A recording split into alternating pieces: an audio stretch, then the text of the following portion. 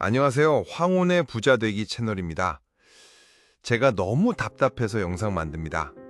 1억 원짜리 종신보험을 가진 분들, 그 보험으로 매달 18만 원씩 연금으로 쓸 수 있다는데요. 이거 정말 푼돈 아닌가요? 종신보험 유동화, 이거 진짜 하지 마세요. 여기 한 분의 예시를 들어보겠습니다. 은퇴 후 생활비가 부족해진 65세 김철수 씨는 자녀를 위해 남겨두었던 1억 원짜리 종신보험을 해지하지 않고 사망보험금 유동화를 선택했습니다. 보험사의 제안에 따라 7천만 원을 유동화해서 20년간 매달 약 18만 원씩 받기로 했죠. 이후 그가 세상을 떠난 후 남은 금액은 3천만 원 뿐이었습니다. 심지어 남은 3천만 원도 장례비와 기타 비용을 제하고 나면 남는 게 거의 없어 마지막 선물 대신 자녀에게 부담으로 남게 되었습니다. 가장 먼저 말씀드릴 치명적인 함정은 바로 총 수령액이 줄어든다는 점입니다. 사망보험금은 원래 예정이율이부터 시간이 지날수록 보험금이 불어나는 구조입니다. 쉽게 말해 적금을 오래 들수록 이자가 커지는 것과 같은 원리죠. 하지만 유동화를 하게 되면 이 보험금을 중도에 깨는 것과 같은 원리가 적용되어 보험금이 불어날 기간이 짧아집니다. 결국 원래 받기로 한 사망보험금 총액보다 훨씬 적은 금액을 받게 될 가능성이 높습니다. 여기서 더 충격적인 계산을 하나 더 보여드리겠습니다. 앞선 이야기의 주인공 김철수 씨의 실제 납입액을 계산해보면 1억 원짜리 종신보험을 위해 20년간 월 8만 7천 원, 총 2,088만 원을 납입했습니다. 그런데 70%를 유동화해서 20년 동안 매달 18만 원씩 받은 총 수령액은 4,370만 원이었죠. 납입액의 2배 이상을 받았으니 이득이라고 생각할 수도 있습니다. 하지만 여기서 함정이 시작됩니다. 실제로 2023년 보건복지부 통계 자료에 따르면 65세 이상 2인 가정 식재료비만 월 평균 25만 원에서 30만 원이 가장 많습니다. 외식이나 배달, 가공식품은 제외한 마트에서 장 봐서 직접 요리한다는 가정하에 순수 식재료비만요. 아무리 봐도 종신보험을 유동화한 월 18만 원으로는 택도 없겠죠. 두 번째 함정은 유족에게 남길 돈이 크게 줄어든다는 점입니다. 이 제도는 사망보험금의 최대 90%까지 땡겼을 수 있는데요. 그만큼 사망 시에 남는 보험금은 크게 줄어들게 됩니다. 평생 가족을 위해 준비했던 보험금이 내 노후 생활비로 소진되면서 막상 내가 세상을 떠났을 때 자녀나 유족에게 남겨줄 상속금이나 장례 비용이 제한적이게 됩니다. 일반적인 3일장 기준 대한민국 평균 장례 비용이 1,400만 원 수준임을 감안하면 결국 남는 돈이 거의 없어지는 거죠. 내 생활의 편리함과 가족에게 남겨줄 마지막 선물 사이의 균형점을 반드시 고민해야 합니다. 세 번째, 세금 폭탄을 맞을 수 있는 함정입니다.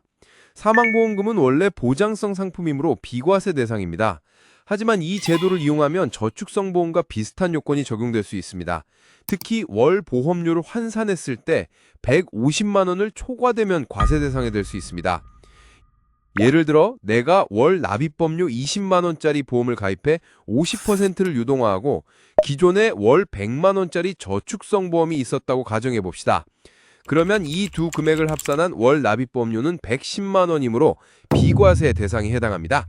하지만 만약 월 보험료 400만 원짜리 고액 보험 가입자가 50%를 유동화하면 월 납입액이 200만 원으로 계산되어 과세 대상이 됩니다.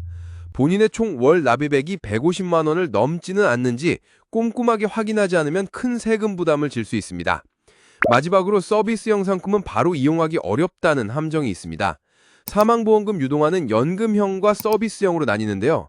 연금형은 말 그대로 연금 형태로 현금을 받는 방식이고 서비스형은 보험사가 제공한 요양시설 이용료나 건강검진 등을 원가 이하로 제공받는 상품입니다.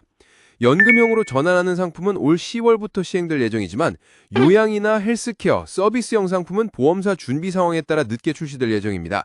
즉 내가 필요한 서비스형 상품이 아직 준비되지 않아 당장 이용할 수 없을 수도 있습니다. 그럼에도 정부에서 사망보험금 유동화를 진행하려는 이유가 있죠. 바로 우리 사회가 마주한 구조적 문제에 대한 정책적 해법이기 때문입니다. 정부가 이 제도를 추진하는 세 가지 이유가 있습니다. 첫째, 노후 소득 공백기 해소입니다. 가장 중요한 이유죠. 현재 우리 사회는 50대 중반의 조기 퇴직과 65세부터 시작되는 국민연금 수령 시점 사이에 약 10년이라는 소득 공백기가 존재합니다. 정부는 이 기간에 재정적 불안을 해소하기 위해 제도의 신청 연령을 55세까지 앞당겼습니다.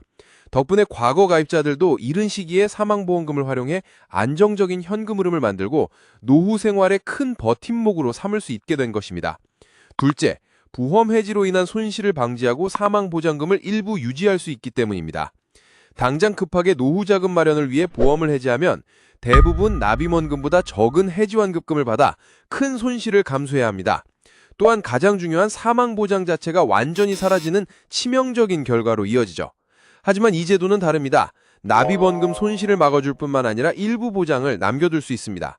최대 90%까지 유동할 수 있지만 나머지 10%의 보장이라도 가족에게 최소한의 상속 재원을 남겨줄 수 있다는 점에서 큰 장점이 될 수 있죠. 셋째, 대다수 가입자에게 적용되는 조건부 비과세 혜택을 들 수 있습니다. 유동화로 인해 발생하는 세금 논란에 대해 정부는 명확한 기준을 제시했습니다. 월 납입법률을 환산했을 때 150만 원 이하인 계약에 대해서는 비과세 혜택을 적용하기로 한 것입니다. 이는 고액보험 가입자보다 대다수의 서민층이 가입한 소액 종신보험 계약자들에게 실질적인 혜택을 제공하려는 정책적 판단이 담겨 있습니다. 이로써 경제적 부담이 큰 분들도 세금 걱정 없이 노후 자금을 마련할 수 있는 유인책이 강화된 셈이죠. 사망보험금 유동화 제도는 이렇게 장점과 단점이 명확한 양날의 검입니다. 노후 절개를 대비한 최소한의 안전장치라고 볼 수도 있습니다만 적게는 월 14만 원에서 많게는 월 22만 원 수준의 월 수령액이 과연 안정적인 노후를 보장할 수 있는 금액일지 저는 모르겠습니다. 따라서 유동화를 결정하기 전에는 반드시 전문가와 충분히 상담하고 자신의 건강 상태, 가족의 상속 계획, 예상 물가 상승률 등을 종합적으로 고려해야 합니다. 특히 보험사가 제공하는 시뮬레이션 비교표를 통해 예상 수령액과 잔존 사망보험금을 꼼꼼하게 확인하는 것이 가장 중요합니다. 이 제도는 단순히 돈을 받는 행위를 넘어 자신의 남은 인생을 재설계하는 중요한 재무 의사결정임을 이해하셔야 합니다. 이번 내용이 도움이 되셨다면 좋아요 한 번씩 부탁드리고요. 앞으로도 황혼의 부자되기 채널에서는 여러분의 노후 설계에 스스로 기준을 세우실 수 있도록 객관적인 시각으로 다양한 재무 소식을 전달해 드릴 테니까요. 구독하시고 노후 재무 설계에 도움되는 정보들 놓치지 마세요. 오늘 영상은 여기까지입니다. 시청해 주신 여러분 감사합니다.